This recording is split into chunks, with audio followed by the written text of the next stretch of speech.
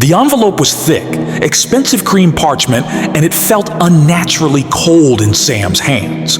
He tore it open in his cramped London flat, the city rain streaking grimy trails down his window.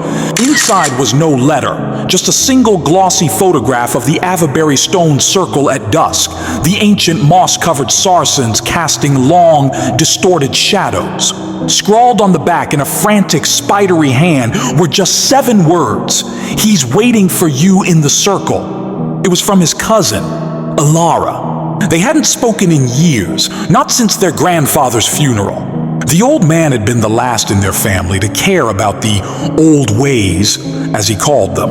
He used to tell them stories about Avebury that were far darker than the tourist guides, tales of the gray folk who lived in the spaces between the stones, and of the whispering that could drive a man mad. Sam felt a cold knot tighten in his stomach. This was crazy, but Elara wasn't crazy.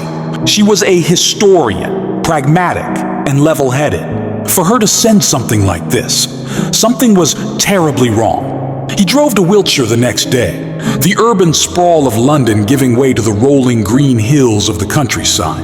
Avebury, unlike its more famous cousin Stonehenge, was a village built within a stone circle. It should have been charming, picturesque. But as Sam parked his car and walked towards the great earthwork bank and ditch, a profound silence descended. It was too quiet. The birds weren't singing. He found Elara by the Barber Stone, one of the most prominent megaliths.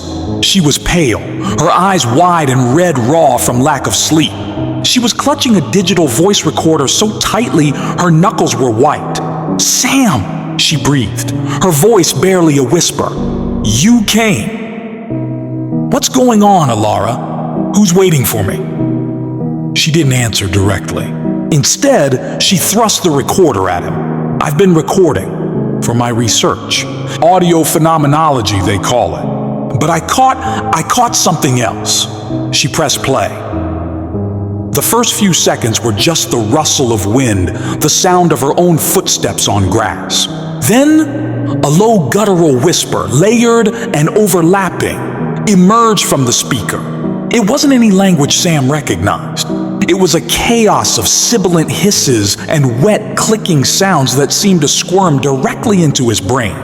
Beneath the whispers, a faint, rhythmic scratching could be heard, like long nails on stone. "EVP?" Sam asked, trying to sound skeptical. But his heart was hammering against his ribs.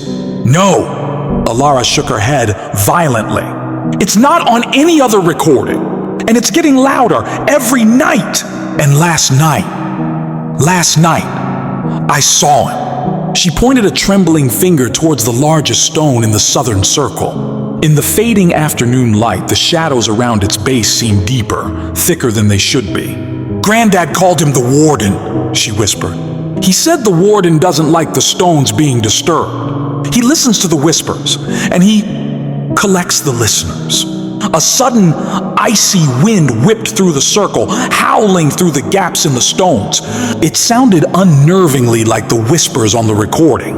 Sam looked from his terrified cousin to the imposing, ancient monoliths surrounding them. They no longer felt like relics of a dead past.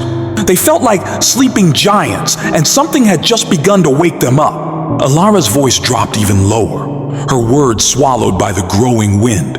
"He's here, Sam. He knows another one of our bloodline is here.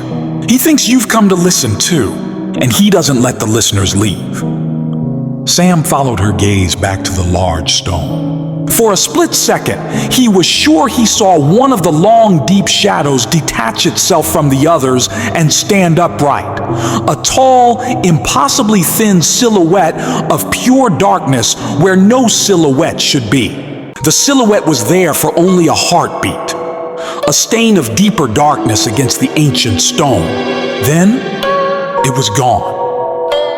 But the feeling of being watched remained, a physical pressure against Sam's skin. "Did you see that?" Elara's voice was a strangled sob. Sam didn't answer. He couldn't. His eyes were fixed on the spot, his mind trying to reject what it had just witnessed.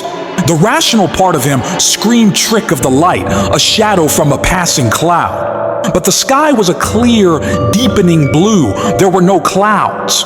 "Come on," he finally managed, grabbing Elara's arm. "We're leaving. Now."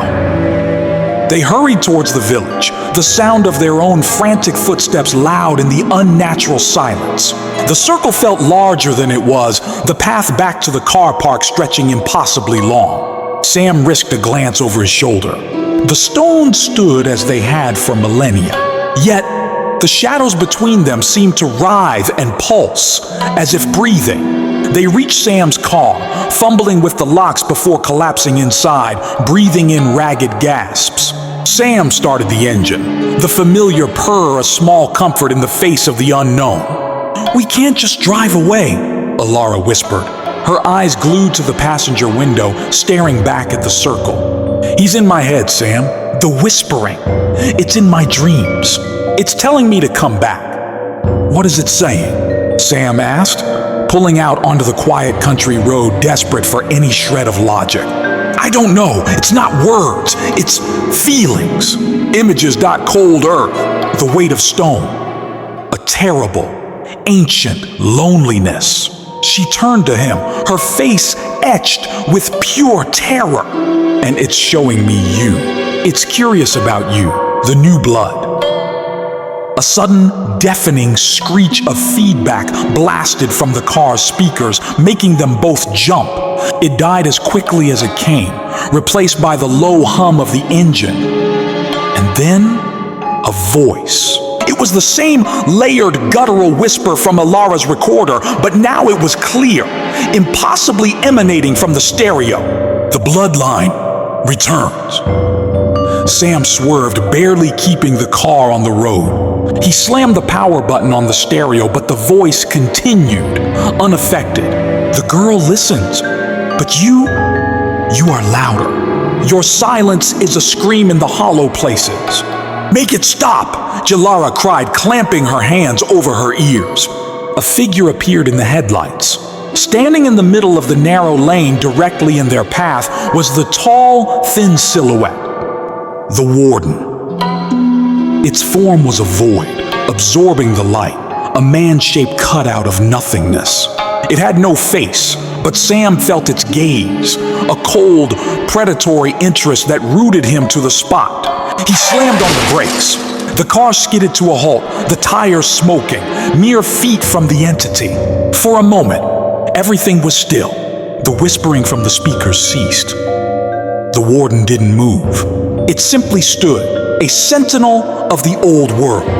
Then, with a slow, deliberate movement, it raised one long, shadowy arm and pointed, not at the car, but past it, back towards the stone circle. The message was unmistakable. Go back. The engine sputtered, coughed, and died. The lights of the dashboard flickered and went out, plunging them into a silence more profound than any they had ever known. They were trapped, stranded on a deserted road in the growing dark, with a thing that defied reason standing between them and the modern world. The whispering began again, but this time it wasn't coming from the speakers. It was all around them, carried on the wind, seeping through the very metal of the car. "Come back to the stones." Will Sam and Elara escape the warden's grasp? Why are Sam's hands turning to stone? And what do the terrifying whispers truly want? The story continues in the next video. Tell us in the comments, what should they do next?